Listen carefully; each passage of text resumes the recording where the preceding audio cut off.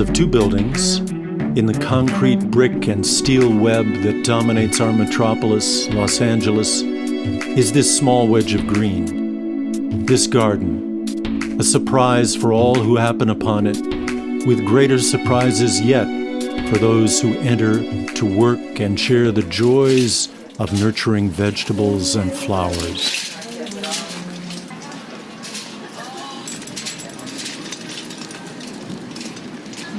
My name is Liz Lubin. I'm a San Pedro resident, and I'm here in old downtown San Pedro enjoying the Urban Garden Feed and Be Fed, where I volunteer. People helping people.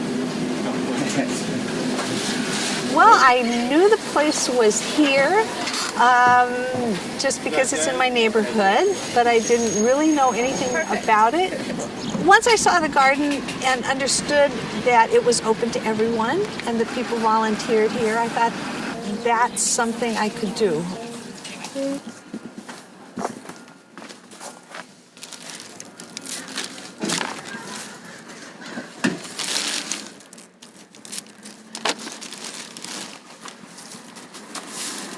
They're under the food that I gave them last week. Guess they finished that one.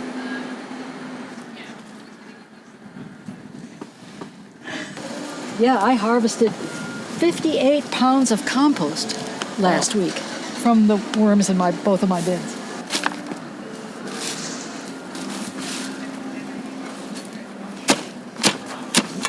Because it decomposes faster if there are more smaller? parts of it that are exposed to the air and the bacteria. And we want to make our compost as fast as we can. And at the end of 3 months, I'll show you what it's like. You think this is earth. This isn't earth. This is only vegetables. It's vegetables and leaves. This isn't quite finished, but it's on its way to being ready to put on the ground. There's not a bit of dirt in here.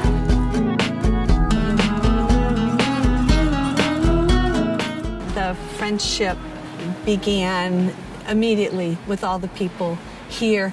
And I also began to see the other things that go on in the garden, the community outreach, school children that come here and participate, other volunteers I've been able to meet, people that come in just curious about the garden, who come in for information. They want to grow something in their own gardens at home and they need some help.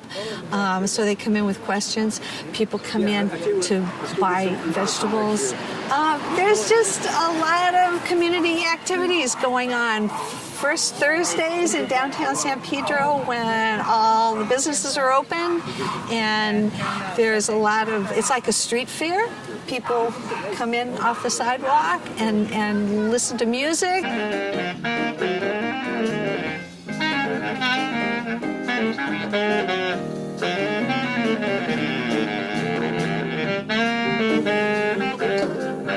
And learn about the garden, and it's everyone friendly.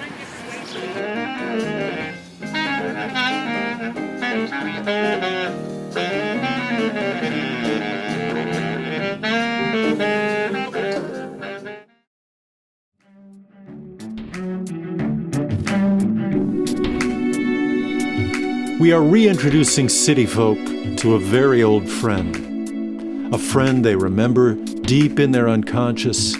A friend who has much truth to tell. A friend with some urgent messages for our time. We are reacquainting people with their faithful friend, agriculture. We have the world to live in on the condition that we will take good care of it. And to take good care of it, we have to know it. And to know it and be willing to take care of it, we have to love it.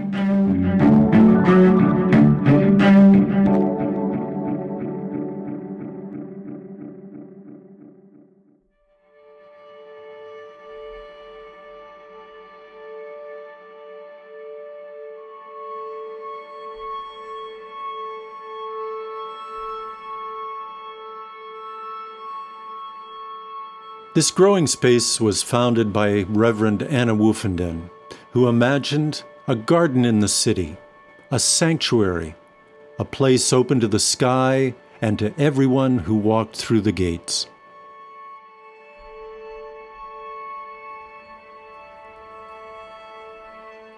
The poet-farmer Wendell Berry says sustainable communities are built on shared affection. Affection for place and affection for neighbors. If we grow anything besides tomatoes and kale, it is this community-building affection.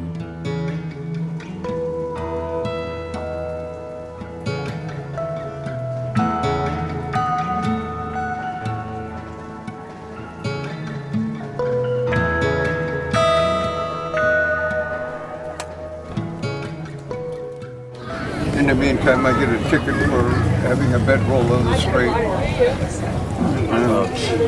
Work is available. You can pay rent, but you don't have no money for food. So it's sort of a ridiculous. Catch-22, as we say. Yeah, that's. I'm really sorry. Clarence, you want some water? That's what I'm working on. I'm bringing it over. Oh, that grape juice looks good too. Okay. I come into the peace of wild things who do not tax their lives with forethought of grief. For a time, I rest in the grace of the world, and I am free.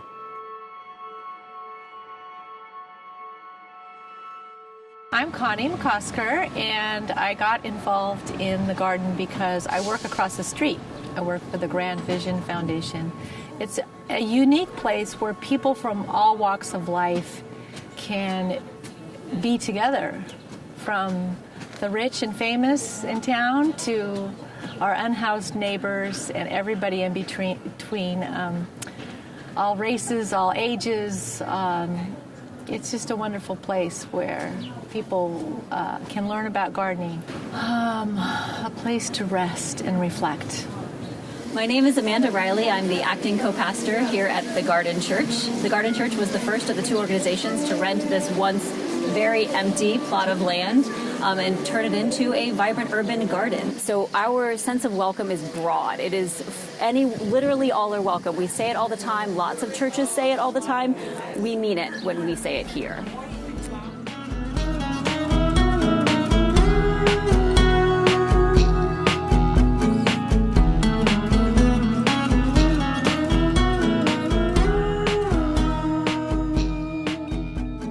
I've been doing community service for the courts for about 1.5 years.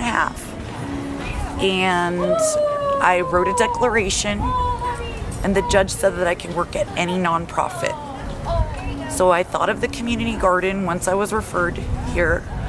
I came over here, and Peter and Linda have been very nice to let me work in the garden.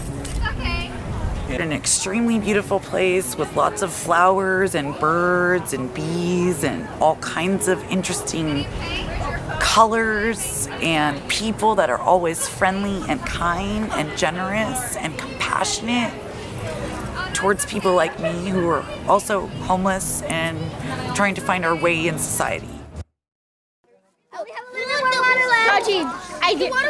Watering plants. Wiggle. Come a little bit more left. It's gonna work out. Come on. I did it. So they can grow more. Yay, grow, plants, grow. Come on, let's get some more water. And here, right in the middle of San Pedro, here in the city, we have made a farm so that you guys and other people have an opportunity to see how we get our food.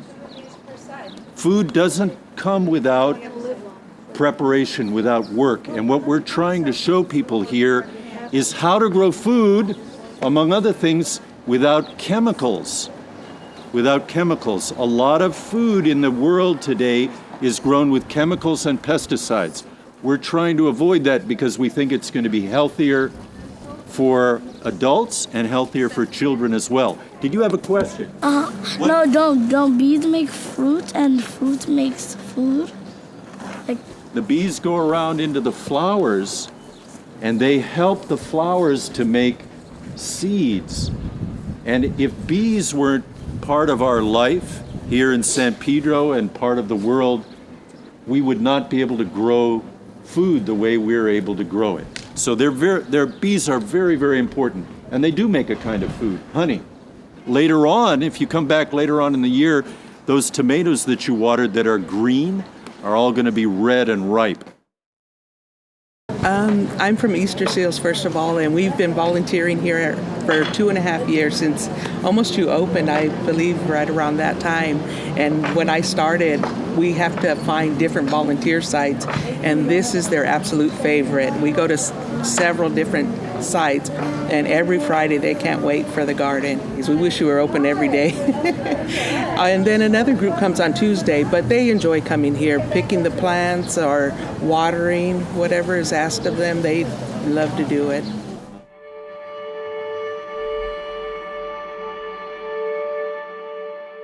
We're growing plants here, but I would have to say the community, which is formed by the experience of working together, sharing information together, sharing the pleasure, the deep pleasure of watching the plants grow, is a little bit like having kids. And the whole process takes place in one growing season. And I don't have to tell anybody who's a parent what it's like to watch your kids grow. Well, the young people and the old people who come in here and have that experience growing food, it's like raising a family.